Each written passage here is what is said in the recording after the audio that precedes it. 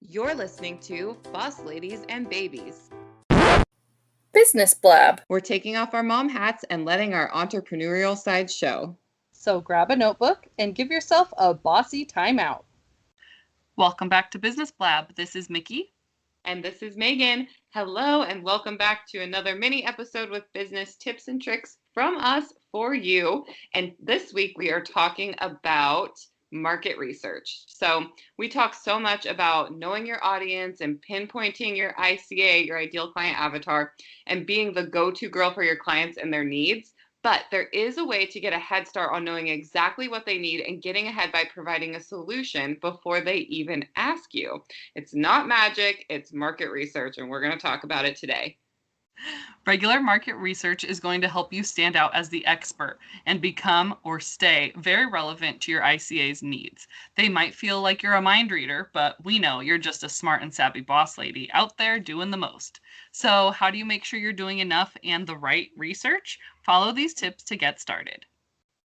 So number one, and this goes for most things in your business, don't be afraid to ask. If you don't ask, you'll never know. Do you have an idea, but you're not really sure how it's going to land? Or maybe you need to make sure a price point sounds right for your demographic.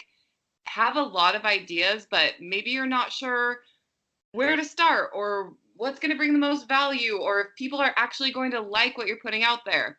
Just ask.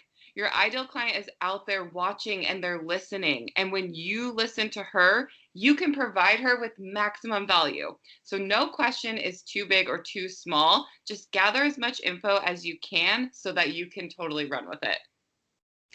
And while you're asking, make sure that you're asking the right people. Market research is pointless if it isn't directly pulled from your market.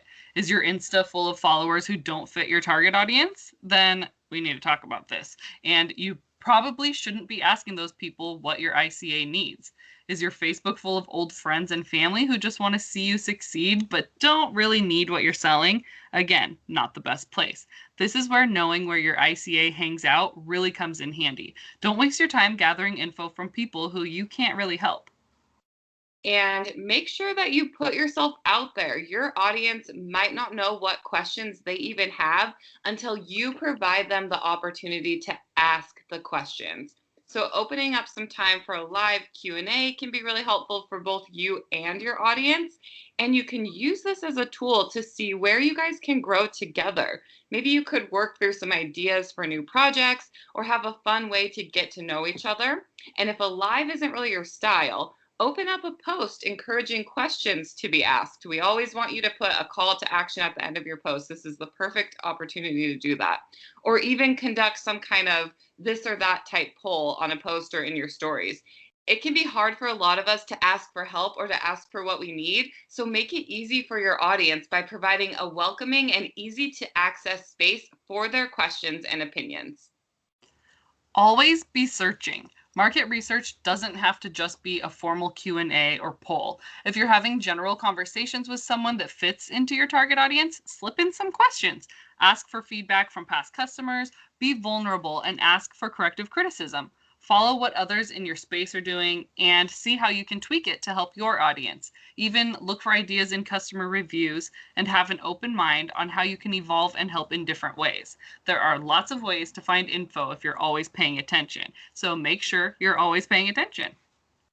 And don't stop letting yourself grow. What do they say? When you're not learning, you're not growing. And if you are not open to evolving, your customers are going to move on to somebody else.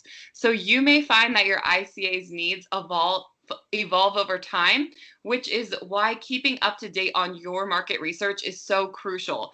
But so is the willingness to evolve with your customers. So you can't just completely pivot your business every month, right? We've all been there. We've tried that. It doesn't work. But you also can't just find a brand new audience every month either.